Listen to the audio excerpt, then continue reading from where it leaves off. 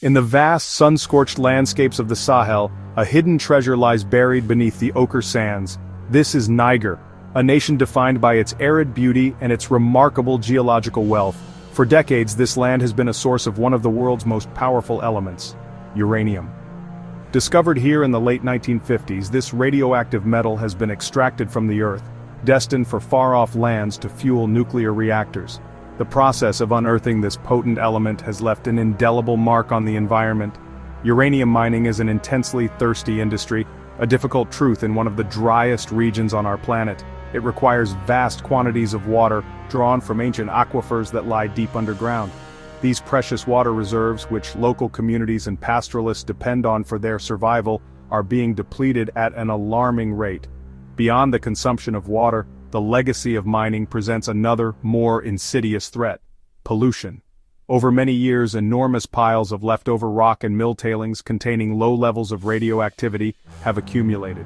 These mounds, exposed to the relentless desert winds, can release radioactive dust, like radon gas, into the air. For the local communities, particularly around mining towns like Arlit and Akokan, the health implications are a source of constant concern. So why is this element, uranium, sought with such determination? The answer lies within the atom itself. Uranium holds an incredible amount of concentrated energy, far more than any fossil fuel. A single pellet of uranium fuel, no larger than a fingertip, can produce as much energy as a ton of coal. Through a process called nuclear fission, the nucleus of a uranium atom is split, releasing a tremendous burst of heat. This immense power can be harnessed to generate electricity with a very small carbon footprint. Unlike power plants that burn coal, oil, or natural gas, nuclear reactors do not release greenhouse gases like carbon dioxide during operation. Nuclear energy offers a path to producing reliable baseload electricity, power that is available 24 hours a day, without contributing to the warming of our atmosphere. However, the journey from raw uranium ore to clean electricity is not without its own environmental hurdles. Furthermore, the process of enriching uranium to make it suitable for reactor fuel is energy-intensive in itself. And then there is the ultimate challenge: the management of nuclear waste. The spent fuel from reactors remains radioactive for thousands of years, requiring secure long-term storage solutions to ensure it is isolated from the environment, a technical and ethical challenge for generations to come. Just south of Niger lies Nigeria, a nation of immense human energy and dynamism, but one that faces a significant energy deficit. With a population of over 200 million people, Nigeria's demand for electricity far outstrips its current supply.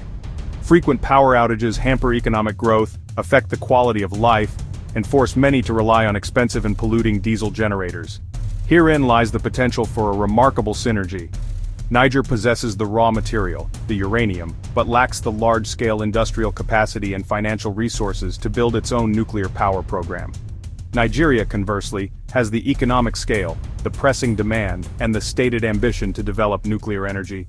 A partnership seems almost preordained by geography and circumstance. Niger could supply a reliable and direct source of uranium fuel, creating a new, high-value market for its most important natural resource. For Nigeria, such a partnership would provide a secure fuel supply chain for its nuclear energy ambitions. This collaboration could be the cornerstone of a plan to build several nuclear power plants, providing clean and constant electricity to power its cities, industries, and homes. This collaboration could extend beyond a simple buyer-seller relationship. It could blossom into a comprehensive technical and scientific partnership. Nigerian engineers and scientists could train in Niger's mining sector, while Nigerian experts could contribute to Nigeria's reactor programs. Such a partnership would not only be about energy, it would be about building regional expertise, fostering shared innovation, and creating a powerful bloc for sustainable development in West Africa, driven by West African resources and ingenuity.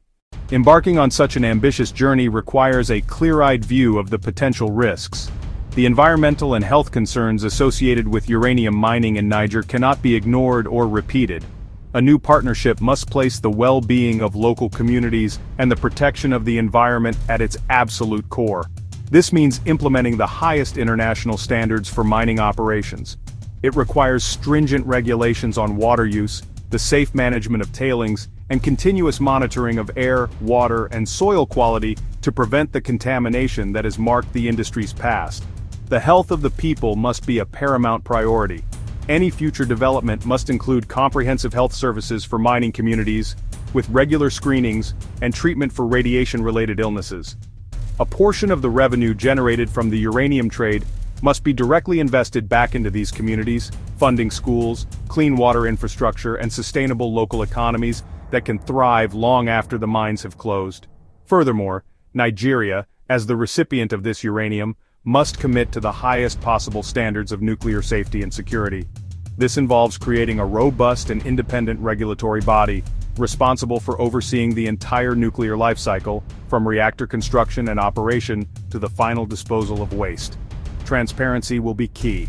Engaging the public, providing clear information, and building trust are essential for the long-term success and social acceptance of a nuclear power program. Ultimately, a Niger-Nigeria uranium partnership holds immense promise, but it must be forged with wisdom, foresight, and a profound sense of responsibility. It must be more than a commercial transaction. It must be a pact for a sustainable and equitable future. By learning from the lessons of the past, prioritizing the health of their people and planet, and committing to the highest standards of safety and transparency, these two great African nations could harness the power of the atom not just to light up their cities, but to build a brighter, cleaner, and more prosperous future for the entire region.